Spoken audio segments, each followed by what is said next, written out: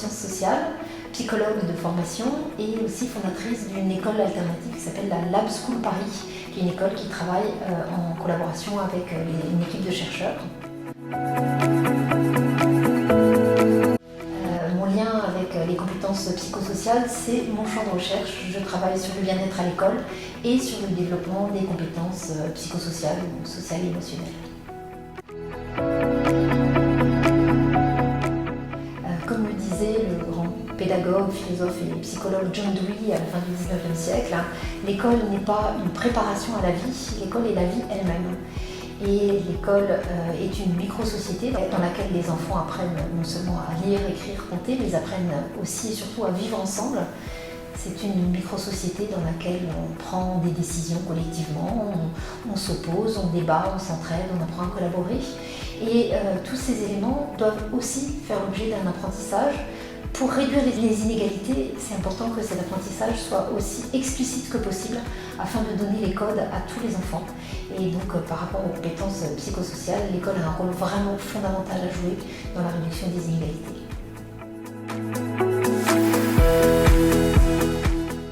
Un exemple de projet qui vise à développer les compétences psychosociales, qui a été mené tout récemment et qui a fait l'objet d'un article qui vient de sortir dans The Journal of Intelligence, un journal qui est disponible en ligne.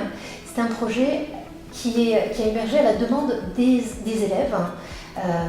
Au collège, certains élèves se posaient des questions, s'interrogeaient sur les questions de genre, d'orientation sexuelle, et nous avons décidé à l'école de mener ensemble un projet de recherche-action collaborative où les enfants avaient un rôle de co-chercheurs, c'est-à-dire qu'on ne faisait pas de la recherche sur les enfants, mais on faisait de la recherche avec les enfants.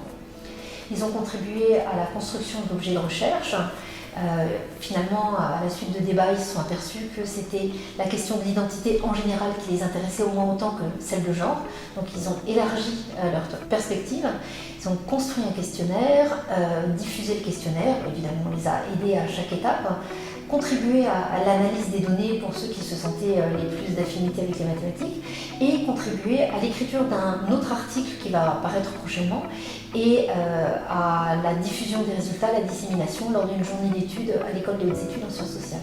Donc là c'est vraiment un projet où les enfants ont été complètement actifs et auteurs du développement de leurs compétences psychosociales. On a vu que ça leur donnait confiance en eux. On a fait tout un entretien à la suite du projet pour voir comment ça les avait aidés.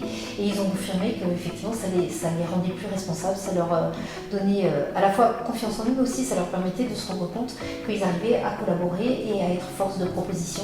Et je pense que l'école d'aujourd'hui et de demain doit vraiment se construire avec les élèves.